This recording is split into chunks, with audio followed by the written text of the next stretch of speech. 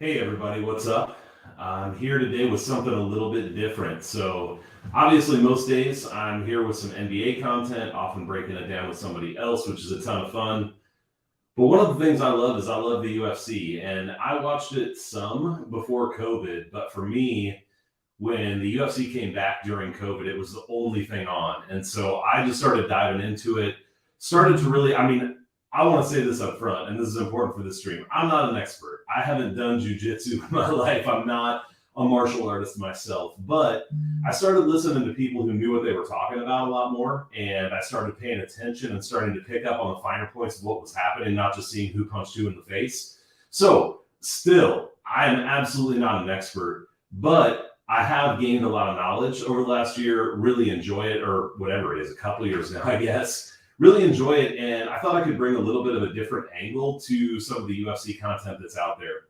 What I do every week is I listen to a lot of people who I respect, people who I believe know what they're talking about. And then I also do some research on my own, less research than I would do for the NBA, but I do get on Tapology, look at some of the stats, try to take a look at what their record is, different angles and different things. But as I listen to a lot of these people who know what they're talking about, you start to hear some themes come out, or you hear someone with a take that you're like, wow, that makes a ton of sense. And so I just thought that I would go through a few things here based on what I've been listening to and what I've been reading for this fight night coming up. And if this goes well, I'd love to even get some other people who like UFC on the stream to do something like this, not necessarily going through every fight. There are a ton of people who are really awesome at doing that. I will shout some of them out in this video. I do that on Twitter. So this is not going to be a fight-by-fight breakdown. This is going to be more categories and kind of summarizing what I've been hearing during the week. So check this out. Would love to have your feedback. I'm just getting started. So if there are things you'd like to hear that you don't hear today, or things you think are stupid that I should take out, then tell me, because this is something I'd kind of like to do something like this at least going forward. So first thing I want to start off with is talk about who the experts are taking. So based on the people that I've been listening to this week, a lot of the people I listen to every week, and again, I will do some posts shouting a lot of those people out. I mean, at this point, I'm listening to at least 10 to 12 different people breaking down fights. And so here's where I feel like they agree this week. The first place is Azmat versus Kanov. So a lot of people will say that this is going to be a relatively close fight. And people acknowledge that he's pretty old, maybe even older than he admits to being. But everyone does talk about how he's pretty agile on his feet and is able to move in and out well, that he's got a lot of power in his hands. And the fact that he is smaller than most of the people he's fighting. That'll be true this weekend as well, but that he's been fighting even at heavyweight or in open weight fights. And so it's something that he has a lot of experience doing. And so across the board, of course, you're always going to find an outlier here or there. People have to have their takes, and there's going to be, somebody who disagrees. This is a guy coming in off the Contender Series, even though he is a little bit older. But in general, the experts like Miranda this weekend, and I tend to agree. I do think there were some things that make me a little bit hesitant on him. Just as I listen to people talk about him, you hear some of the things that might not be best for him as he fights in Chukwi, but there's general agreement. The next person that there's some agreement on is Miranda Maverick. Miranda Maverick is a huge favorite, -2 something this weekend. I think it's almost -300, -285 or something. Miranda Maverick was a huge prospect, but hasn't fared quite as well recently. And people really like her. Many people think she can rebound and get back to that hot prospect status.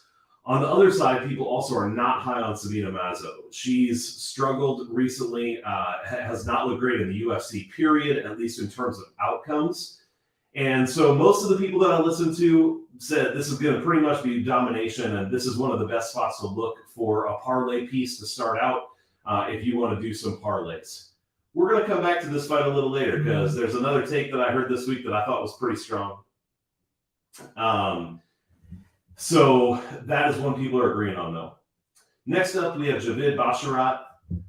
This is another guy coming in off the Contender Series, but people say he's got slick striking and he's a finisher. He's finished most of his fights.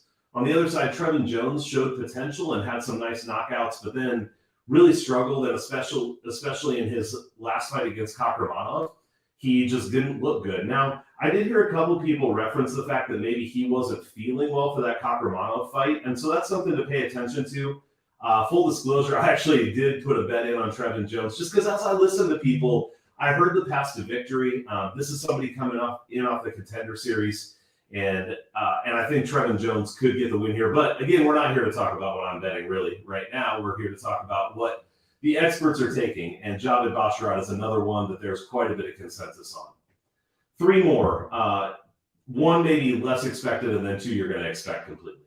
The 4th one is J.J. Aldrich beating Jillian Robertson. Again, there are the outliers who are on Robertson here, but most people believe that Robertson doesn't have much to offer. She's coming in on short notice.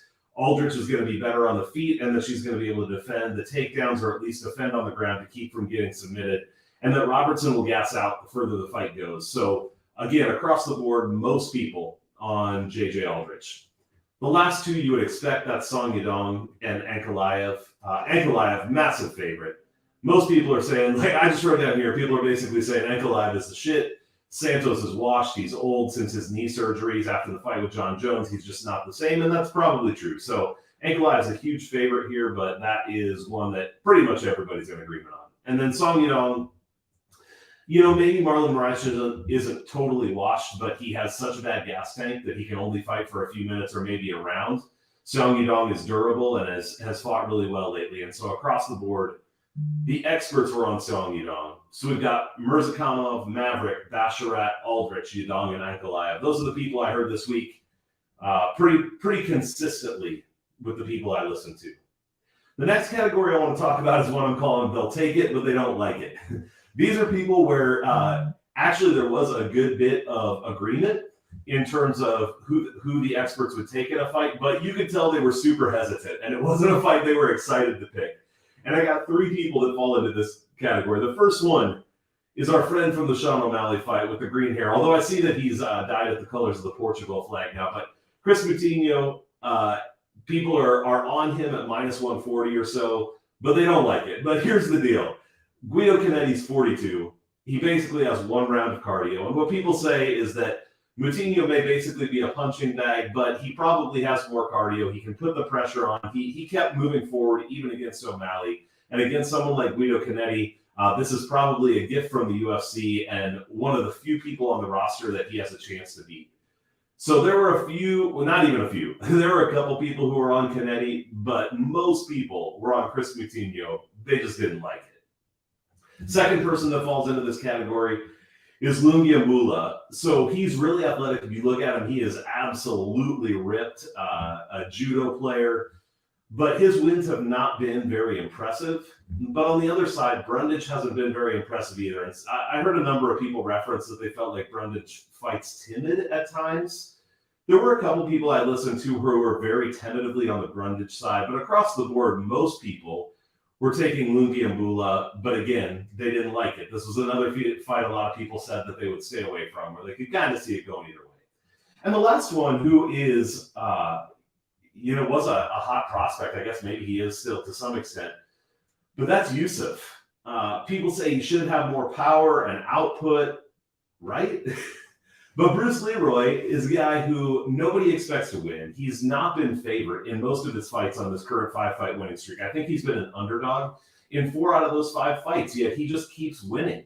And he finds ways to win. His striking has gotten better, which people will talk about. He is capable, if he gets on someone's back, of getting some kind of submission or at least staying there for a long period of time. And so people understand what Bruce Leroy is bringing to the table, but they do feel like Yusuf is a good prospect, and in the end, he should get the win. But again, this is one, especially at the price, that people just aren't pumped about. Next category up is you're wrong. No, you're wrong. This is one where the experts seem to disagree, which probably means we're in for some close fights. The first one is Jackson versus Kamwela Kirk.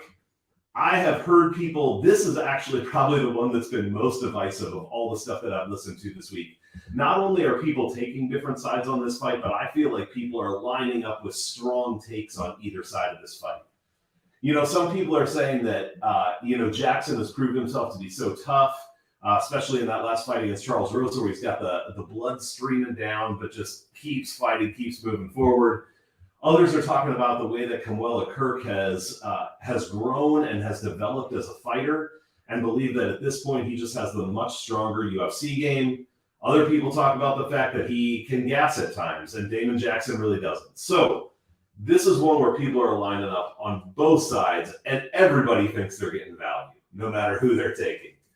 Next one up is Matthew Semelsberger versus AJ Fletcher. Semelsberger has had the better competition. Pretty much everyone agrees on that. He has more UFC experience. He has a longer reach. He has pretty decent power. At least he's been able to knock out people that he's faced so far, but many of them have not been very good fighters at all. On the other side, Fletcher is undefeated, looks like a great prospect, has some great pace, has finishing ability, looks good on tape, and people will say that he has the grappling upside, plus he's younger. So, but he's another Contender Series guy. He is coming in with pretty good value. Let me see where that, the line's not up right now on that, so not sure exactly where it stands at the moment. But Semelsberger was a huge favorite, and so for people who are getting on that Fletcher side, that's part of what they're talking about too, is that the value is just big because he's such a big dog. So people on both sides of that one. Two more fights where people seem to be on both sides in terms of the experts that I've been listening to. The next one is Pereira versus Silva. I mean, have you heard that Pereira actually KO'd Adesanya? Of course, I'm joking. That's like the only narrative coming in here. He's obviously a phenomenal kickboxer. Would love to get that shot at Adesanya, and you would think that the UFC is trying to line up fights that he's capable of winning. Bruno Silva, on the other hand, incredibly durable. He's had a great run in the UFC so far. And so a lot of people think that he's going to be able to take Pereira out here. Now, most people who think that, what they talked about was his ability to get this fight to the ground and then control Pereira from on top, maybe get some ground and pound or even a submission. Silva has never been KO'd, and people will say he knows he's got to get this to the mat. So he has a nice combination of durability and a more well-rounded game than Pereira does. However, Pereira has been working, apparently, on his grappling and his takedown defense. So this is another one where people are lining up on both sides. Many people taking the dog shot on Silva, others saying Pereira is the real deal and eventually will get a shot at that title. And then the last one where people are on both sides is Drew Dober versus Terrence McKinney.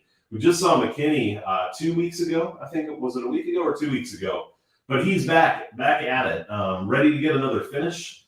Dober on the other side has had a rougher run recently, but he definitely has a lot of power in his hands and has competed with some really good guys. On the McKinney side, people will talk about how Dober gets taken down and controlled a lot. However, like recently, he got taken down and controlled by Islam Makhachev. Maybe you've heard of him.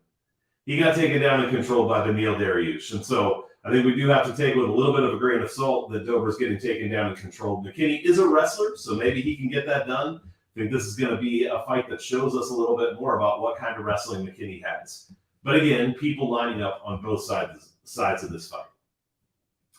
That's sort of what I heard from the experts, again, in terms of their strongest spots, weakest spots, and then places where they were divided. Next up, I want to share the bad take of the week that I heard. Sometimes you're listening to things and even people who really know what they're talking about come up with some kind of take to support their position, and it's just not very good. And this week's comes from the Jillian Robertson JJ Aldrich fight. And it goes something like this. It wasn't these exact words I heard someone say, but it was along these lines. Jillian Robertson lost to Miranda Maverick.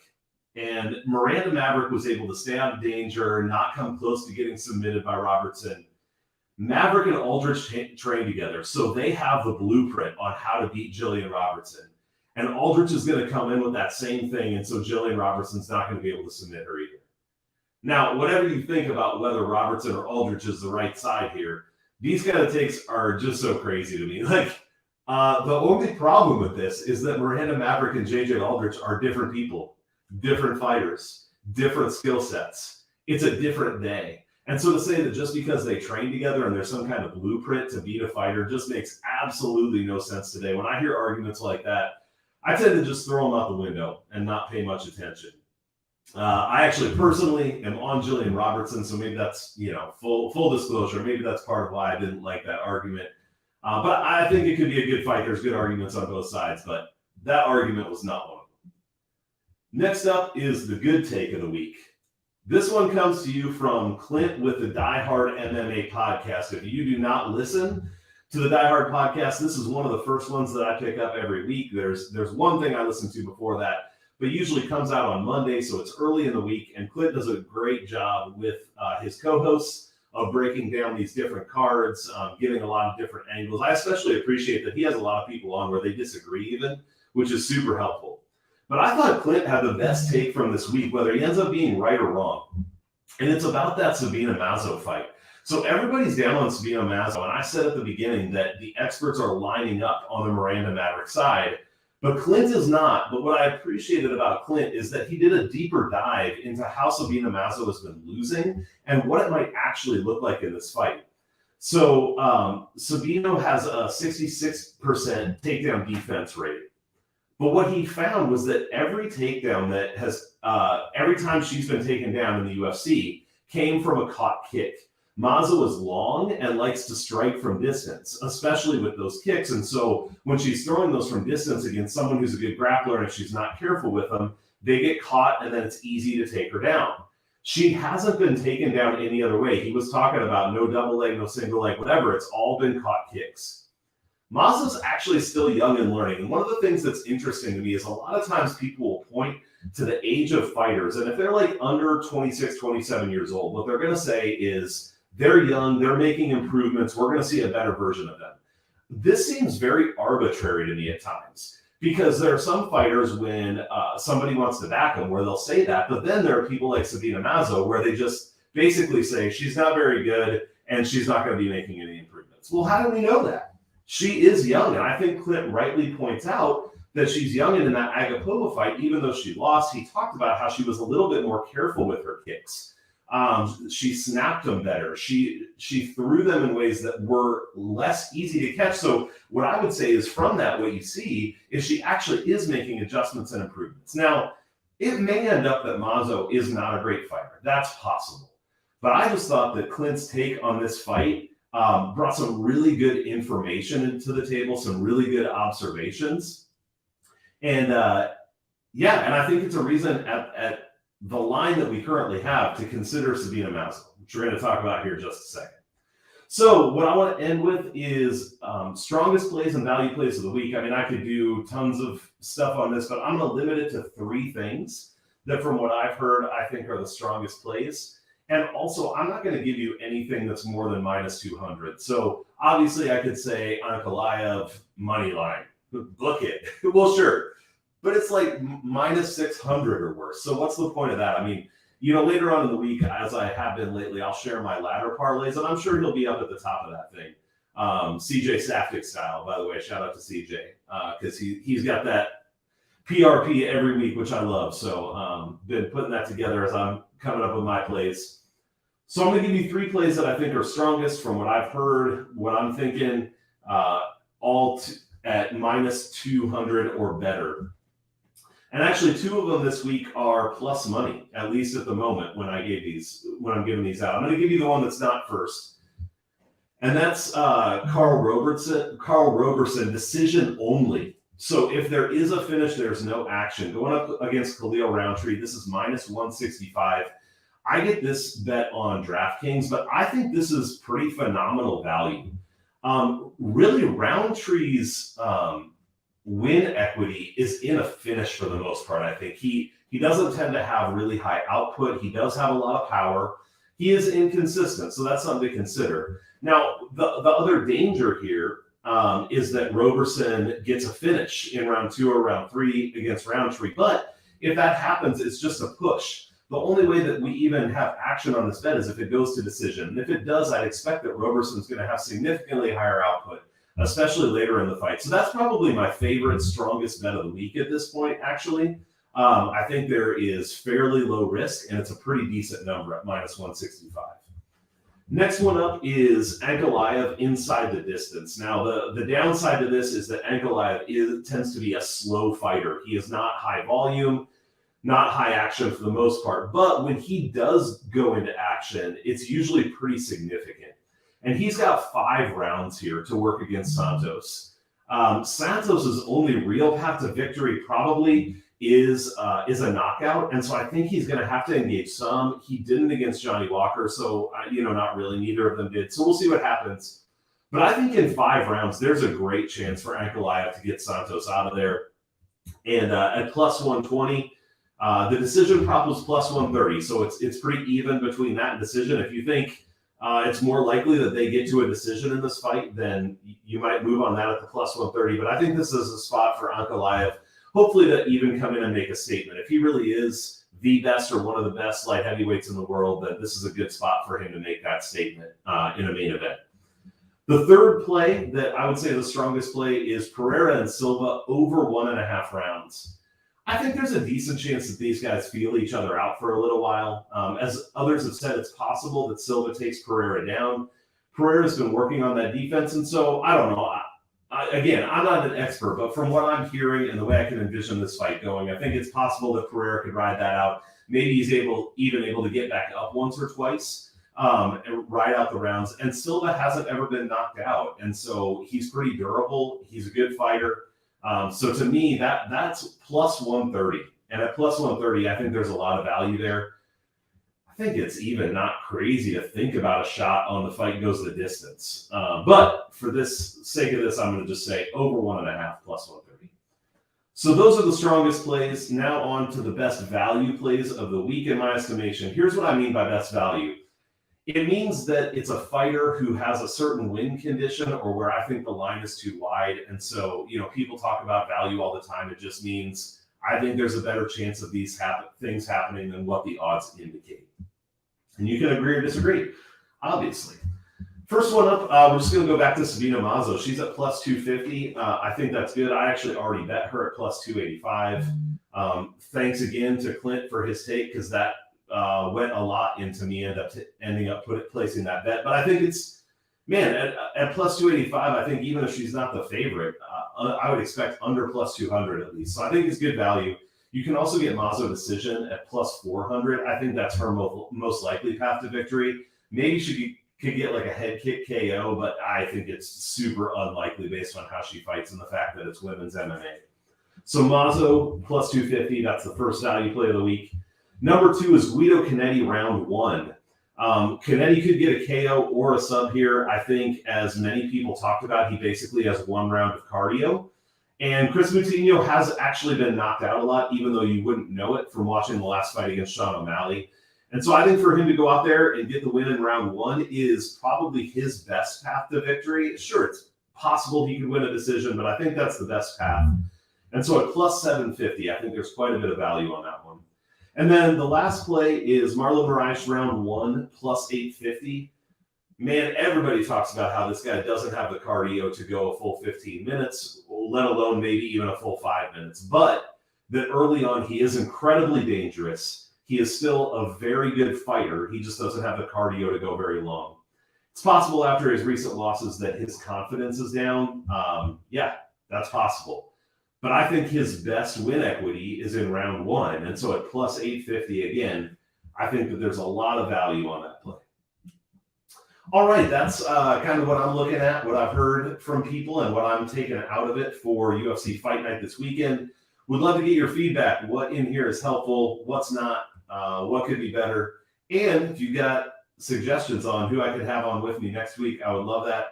Love breaking down the UFC or thinking about what I see. And follow me if you haven't on Twitter at NBA Attack. It's right there in the corner because I will later on put out the bets that I'm making for UFC. They'll also be on BetStamp.